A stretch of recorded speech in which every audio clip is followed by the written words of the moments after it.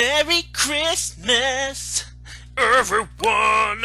What is up, my lovelies? I am your friendly neighborhood Endman64, and I'm bringing you our Christmas Eve video. Oh, mamma mia, I've been ready for this one for a long time, since this game first got announced. You guys know what it is. Oh, Jafar, what are we gonna do with you? This is Disney Classic Games, Aladdin and the Lion King. Two classic games made by Disney and Virgin Mobile, if I'm not mistaken. I don't think it's Virgin Mobile, but who cares? It's Virgin either way. The Sega and SNES versions of the Lion King and the Sega version of Aladdin. Well, you shouldn't be surprised. We're playing Aladdin today. We have several versions of the game that we can play. We have the regular version, we have the final cut, and we have the Japanese version. I don't really know if there's much of a... Oh, and the demo version. I completely forgot about that one. It's actually one of the big things that they had about this game. But we're going to go old school. We're going to play ourselves some old-fashioned Aladdin. Unfortunately, they took the genie shooting Yago out, which is unfortunate. But they wanted to get rid of the fact that, hey, this was originally made for the Sega, and Disney can't afford to... Well, they can afford to put the Sega logo in there, but whatever. Since this is the third time we're playing through this game on my channel, and before you think that I'm being rude and insulting about that, no, I'm actually not, because I, as you all know, adore this game, so obviously I'm going to be quite content playing this one. And adding insult to injury, since we are at the Christmas Eve portion of this particular series of videos, I figure we can do some shenaniganizing back in Agrabah and follow the story of Aladdin up to a T, because this is one of those few games that I don't mind playing anytime. Now, we are playing it on the hardest difficult, but I am not afraid. You guys know I play this game a little too much for my own liking, but since Aladdin and the Lion King are two of my all-time favorite movies, and my two favorite Disney movies of all time, we can't just say, hey, let's not play them when they exist and they're in nice, spruced up Nintendo Switch form. But they're also on the They're also on the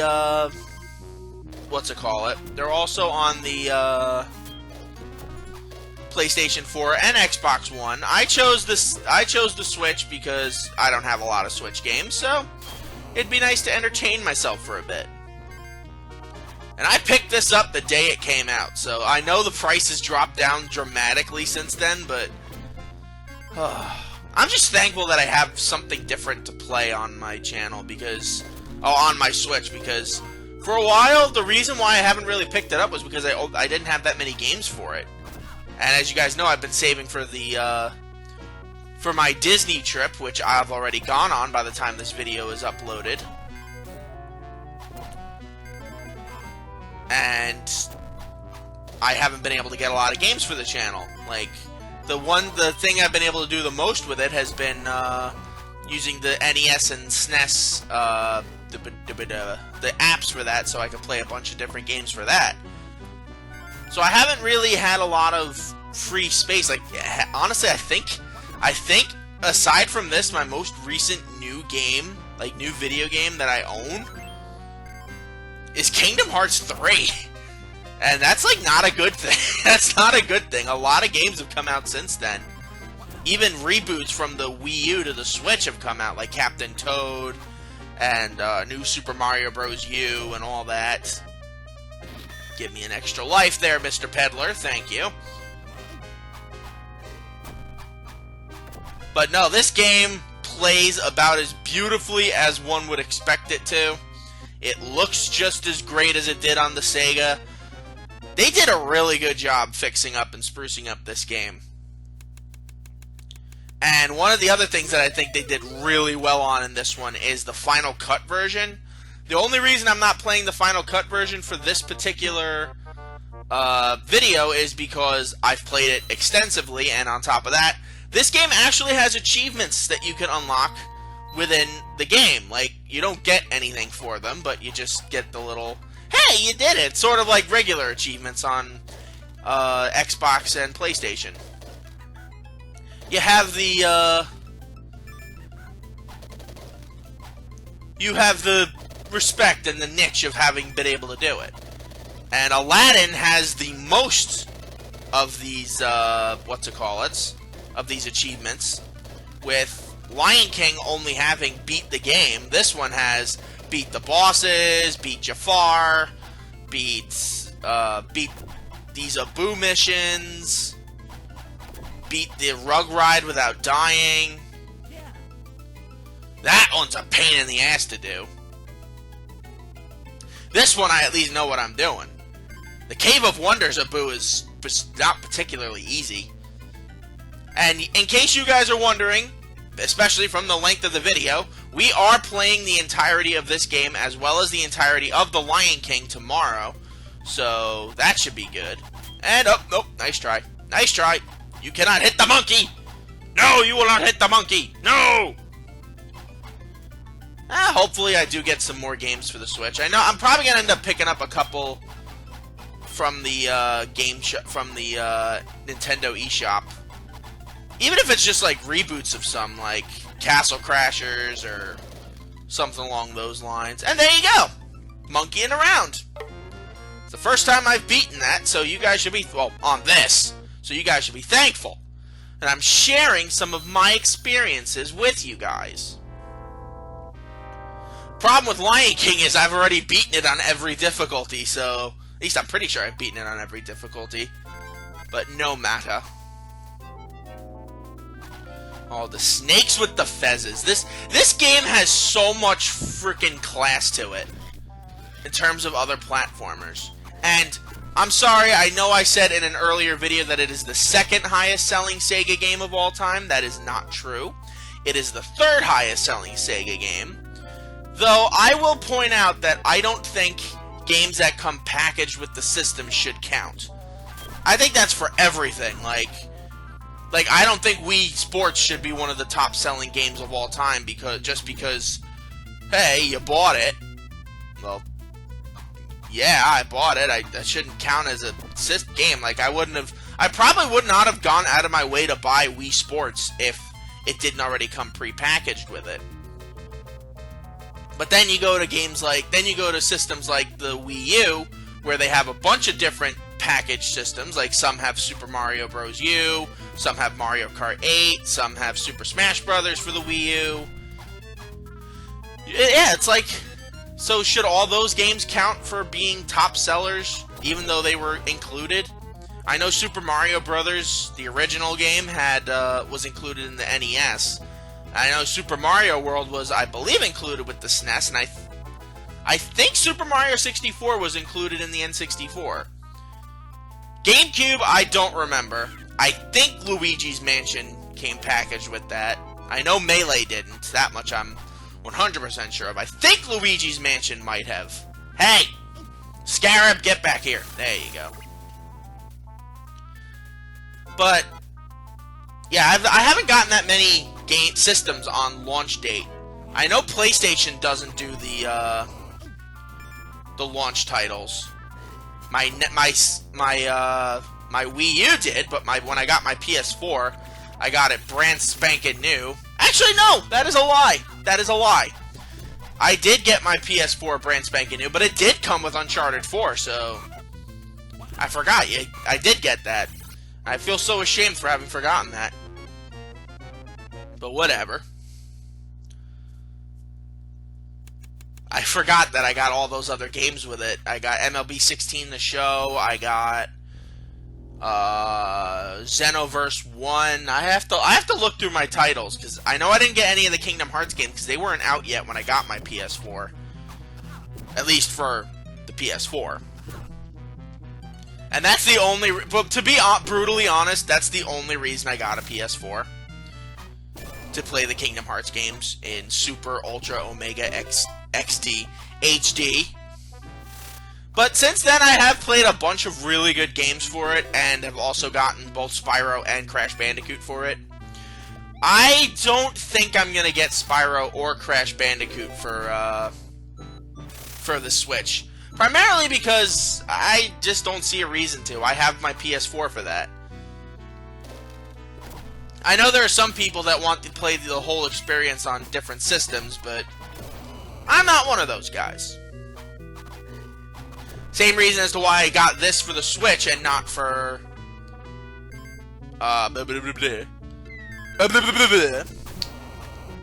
Just got this for the Switch and not for, for any of the other systems. On top of that, there's actually something very interesting about these games that came included with the game when you bought it. Not only do you have easy to access cheats, so you can get invincibility for yourself, and I'm not getting that flute. Oh, so close. I think it just comes to a certain point where you're just not gonna get that flute. I keep jinxing myself as I do this, but oh well. Not only does it come with the easily accessible cheat code, so you do not have to do BARRY to access the cheats like I had to in the original Lion King games. And Aladdin also has them, but it also comes with a lot of interesting things about the creations of these games. Specifically Aladdin. Lion King, it has the original tour for the game, so you'll see they have like a big interview about the creation of the game with like Don Hahn being there, and I don't know if Barry Green is there, but with Aladdin they brought in everybody to talk to about it and went behind the scenes showing us like how quickly they had to make the game because Disney had like millions upon millions of dollars already sunk into Aladdin as it was out in theaters. And excuse me, Kazim. Excuse me, Kazim. Good riddance. Get that flute. Let's try to see if I could get some more health for this fight, and it didn't work. Oh well. Alright, I'm fighting Razul with not a lot of health. That's fine. Tubby Guard, as many call him.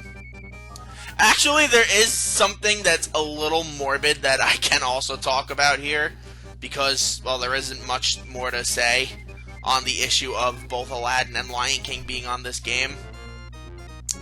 And that is, I've actually read the What If... I've actually been picking up and reading the What If books that Disney's been coming out with lately. Such as What If Mulan... There was a weird one, like with Mulan going down to the underworld or something. I picked up it for a little bit, but I didn't read it. There was also What Happened If the kiss to wake up Princess Aurora and Sleeping Beauty didn't work, and what if Ursula was out trying to save Ariel or something along those lines, or what if the Queen was actually a good person and Snow White was the villain.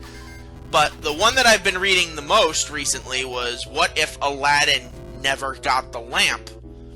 So it follows the plot of Aladdin pretty much up to the point where Aladdin is trying to escape from the cave. Aladdin and Abu are trying to escape from the Cave of Wonders, and Jafar gets the lamp from them and basically leaves them in the Cave of Wonders to die. So Jafar gets the lamp. He does not lose it to Abu in this version, so when Jafar gets back to the palace, he basically takes over. And wow, my timing is so off. There we go, that's better. Jafar gets the lamp, and he takes over, uses his first two wishes the same way he does in the movie. He wishes to be Sultan, realizes that they're not going to bow to him just because he's the Sultan. And, forgot to say hi to Sebastian, but oh well. Not that important. We all knew Sebastian was there anyway.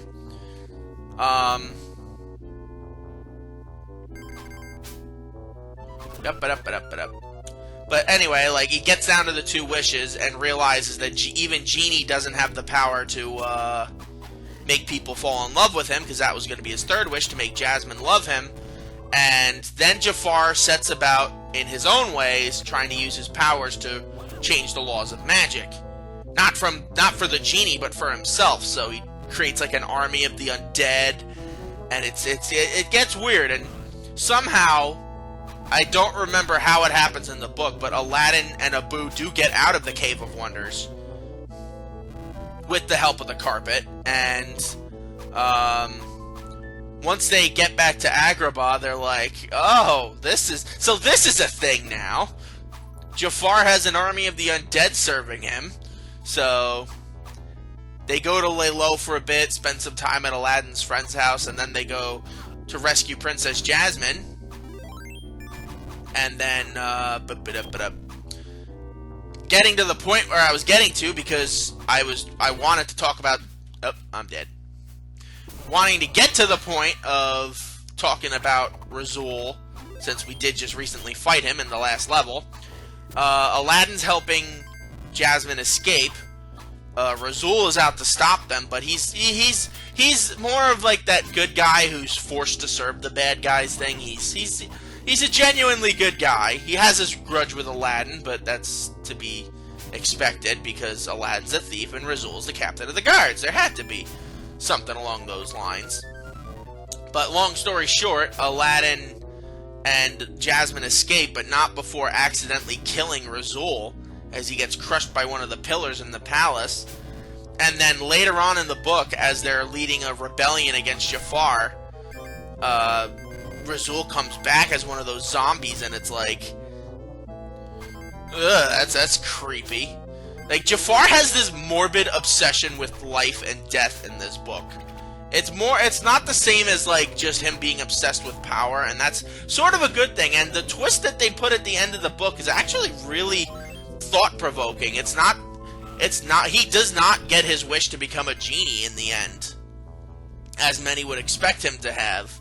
Instead, they choose a different path, and I'm not going to spoil it here, but it's actually a pretty sad way to end the Aladdin story, considering how much the Aladdin stories went on, especially the Disney ones, after Aladdin and Return of Jafar and the King of Thieves and all that. It's a little unfortunate, but hey, what you gonna do? What you gonna do when they come for you? And one of the last things I can bring up before I talk about the meat of why I'm playing Aladdin again, because I haven't really...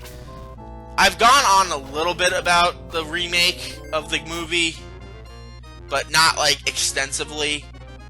I have a lot of issues with that, but one of the last things I wanted to bring out about both Aladdin and Lion King in terms of this game is the fact that there's actually a feature that was added that is in all of the NES and SNES app games as well, in that at certain points throughout the level, you can actually rewind to get to a different point in the level. So if you sort of didn't do something right and you ran out of HP at certain points, or you made a mistake in like the frickin' Be Prepared level in Lion King, and it's like, oh, I need to rectify that. You can do it, and it's easier. It's basically right at the tips of your fingers, so there's that thing. But we need to get to the elephant in the room, so let's talk about the 2019 remake of Aladdin. And for me, 2019 was the make it or break it year for the Disney remakes. 4 were planned for this year. I know Mulan's coming out, well, technically if you count the Sleeping Beauty sequel, or Maleficent sequel. Excuse me, Rox. You don't have to be so loud. Even still, Sega. You're trying to take over that crap. I'm not going to play the Abu game here. I've already beaten one. I don't need to beat them both here. I could beat the other one on my own time. But I said 2019 was going to be the year of the make it or break it for these Disney reboots. And I'm not wrong, because 4 were coming out. 5 if you count the Maleficent sequel. So, Dumbo, Aladdin, Lion King, and Lady and the Tramp. Now, Lady and the Tramp is going to be, from what I've read, exclusively the Disney Plus streaming service, so they're making a good choice with that, because I'm pretty sure they know that the movie would bomb. Because all of the obscure Disney movies won't get rebooted, and Lady and the Tramp, to be fair, is one of those obscure Disney movies at this point, so... Dumbo, I think they thought was going to be more successful than it was, but they kind of forgot to let Tim Burton do what Tim Burton used to do best, or maybe they gave him a little too much leniency with that one, because that movie was a flippin' mess. You know what it should have done? You know what they should have done? Danny DeVito was the ringmaster in that movie.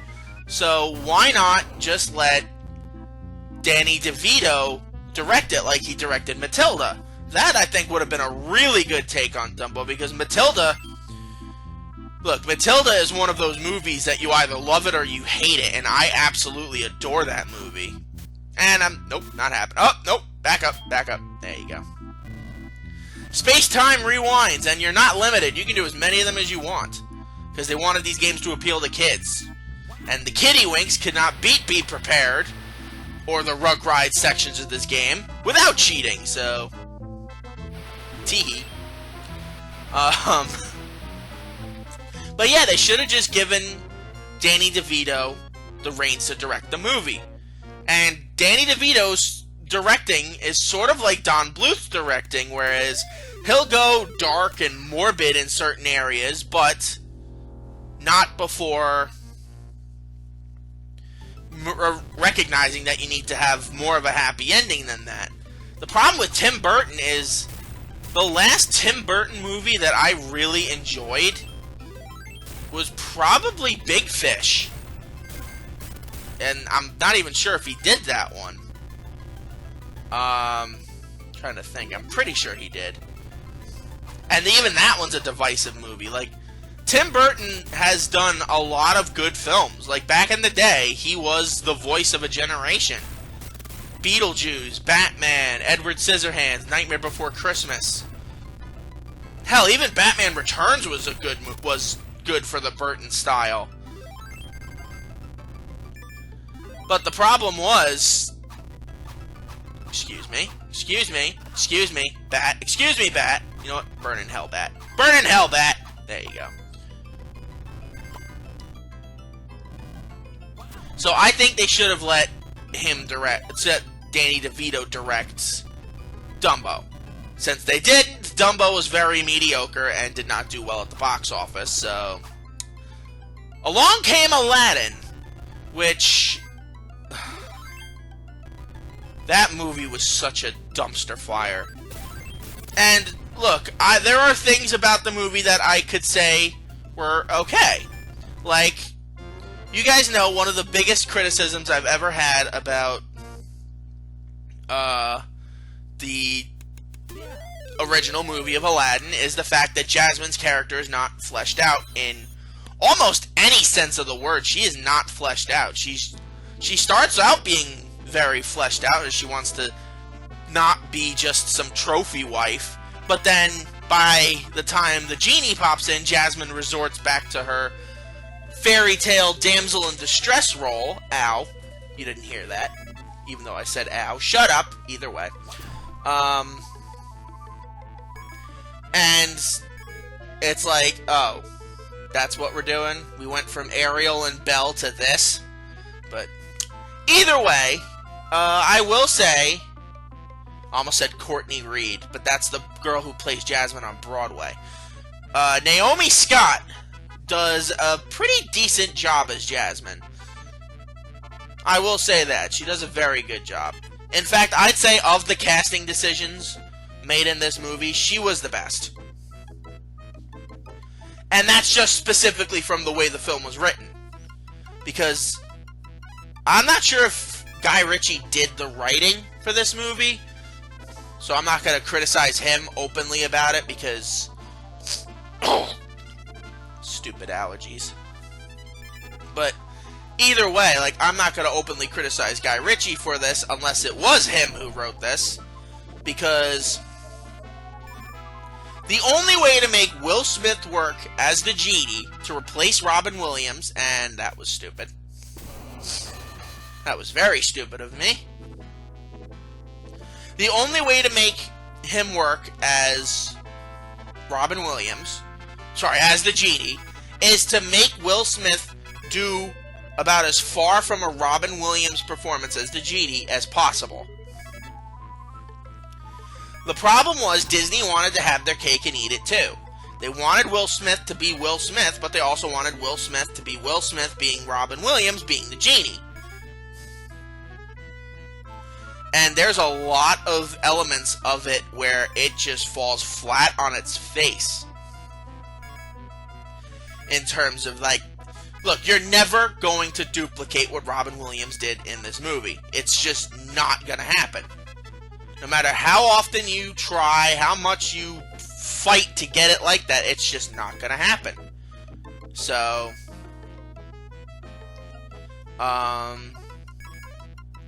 yeah, like, the fact that they kept trying to get it to be the way they wanted it, look, it's just not going to happen. I'm sorry. I know a lot of people wanted Will Smith to be really good in this movie. Hell, I wanted him to be really good in this movie. It just was not to be. Nothing against them. Like I said, Will Smith did a decent job being Will Smith. But when they tried to make him Robin Williams, it just was not going to happen.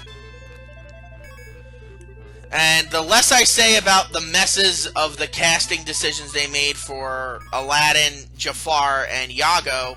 Rewind. There you go. Wow, right before the exit of the level. That is just dumb. That is just dumb of me. Not even dumb of the game. That's just dumb of me. But the less I say about Aladdin, Jafar, and Iago's casting in that movie, the better. Because... look, Aladdin wasn't terrible. Like, the guy who played Aladdin, he wasn't terrible, per se. He was just... It was somebody trying to be Steve from Full House being Aladdin. We already have Steve from Full House being Aladdin because he's Aladdin!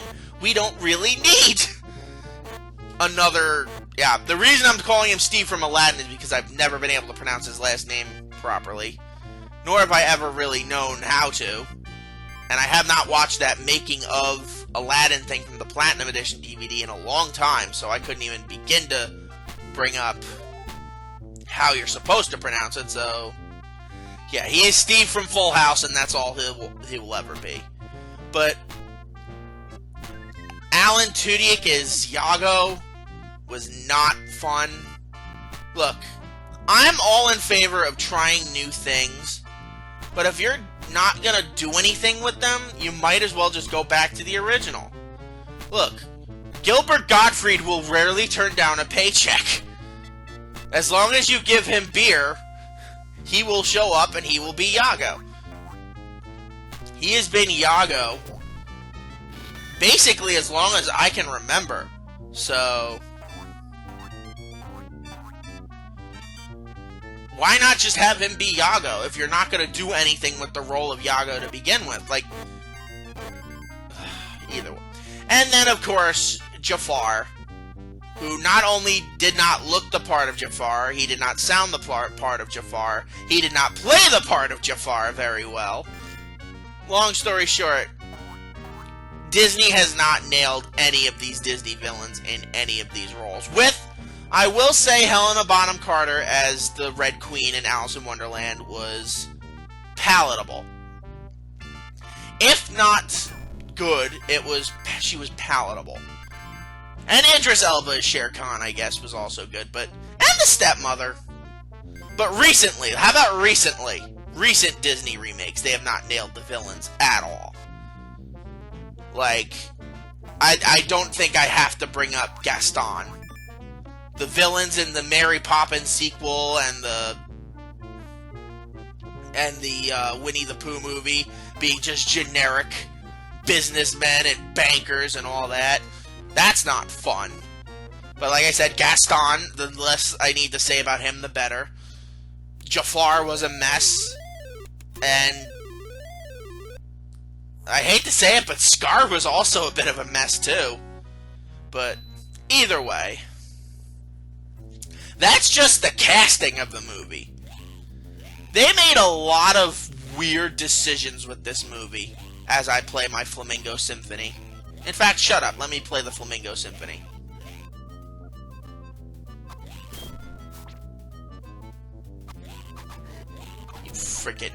You frickin' guards ruining my Flamingo Symphony. Fine, since you're ruining my Flamingo Symphony, I will ruin your palace. And ruin the princess while I'm at it. Tee-hee! But either way. But that's just the casting of the movie. They made a lot of weird decisions when it came to that movie. Like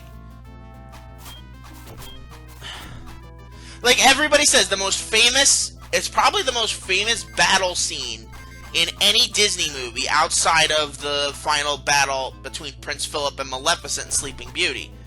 It's when Aladdin gets back to the palace after Jafar. Oh my god. Before I talk about that, let me talk about something else that I found out that I really did not like, or that I noticed the last time I saw that wretched movie.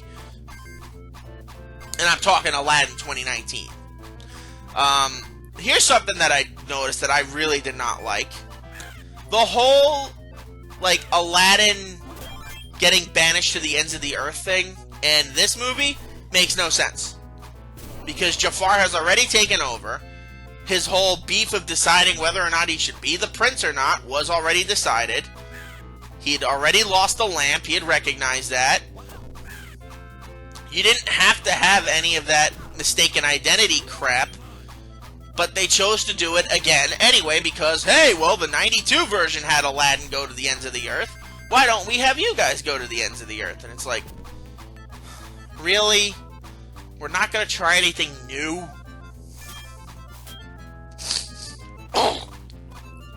Wow, I feel like dog crap. Just before my Florida trip, too, so this is horrible.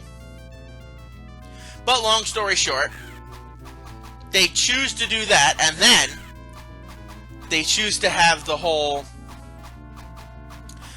Okay, the whole last act of this movie might be the worst thing I've ever seen. Because then they have Jasmine's big power ballad, Speechless, that everybody says is the greatest song that Disney has written in a long time. And this is something I need to ask you guys.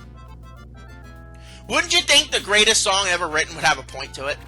And yes, you're saying, oh, Jasmine won't be silenced by her culture and by the people that are above her in Agrabah. But then you have Jafar basically say, shut up or I'll kill your dad. She's like, okay, I'll be quiet. How on earth is that a power ballad? How on earth is that a power ballad? Let me ask that of all the people out there. How is that a power ballad?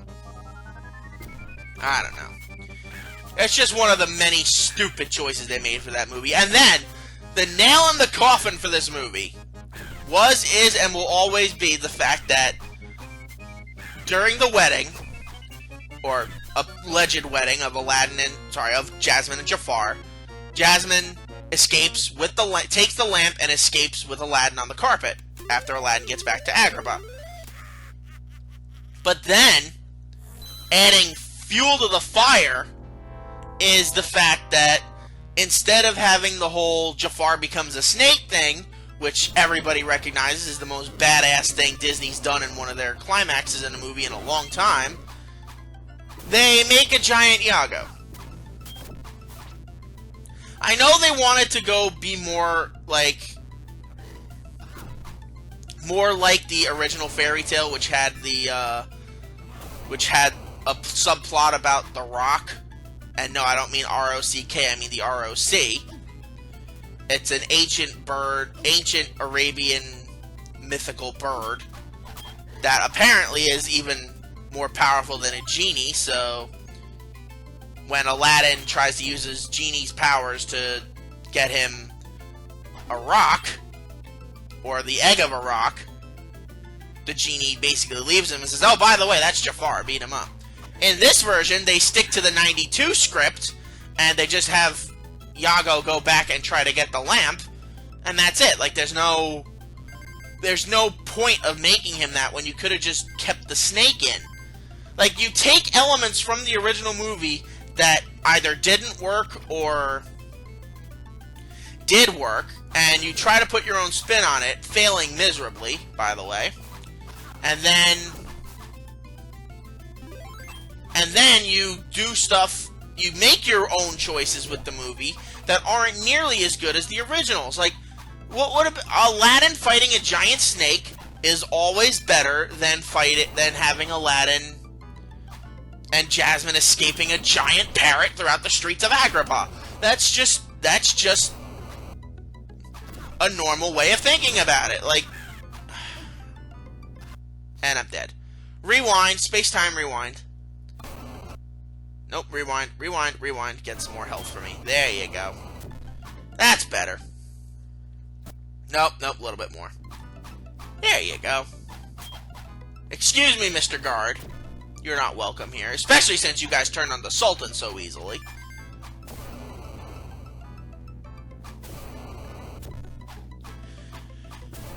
But that movie was such...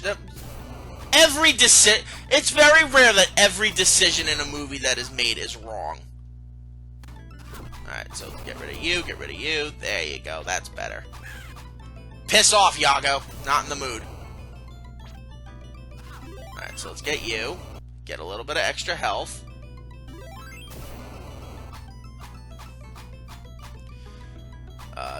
Did Iago just disappear? Probably. Oh well. Alright, back up. Let's try this again. I wanna enter the Jafar fight with at least a little bit of health. It is definitely a challenging fight, I will say that. But so many decisions in that movie are such a mess. Like, the editing. They try to make it fast-paced, like in the original animated film, but you don't have any of them acting like they're fast-paced. It's just camera shots. Like, one jump ahead. And the scene in the movie is they're trying to get away from the guards. Like one would expect. One jump ahead. And then... Hi, Jafar. And then they just randomly do fast cuts for the movie. It's like, really? You couldn't do anything else? Stop, Jafar. Bad touch. Bad touch, Jafar. Bad touch.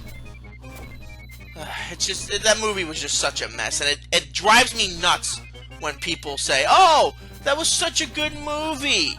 And Jasmine's Power Ballad is so good. And Will Smith was so good. It was like Robin Williams again.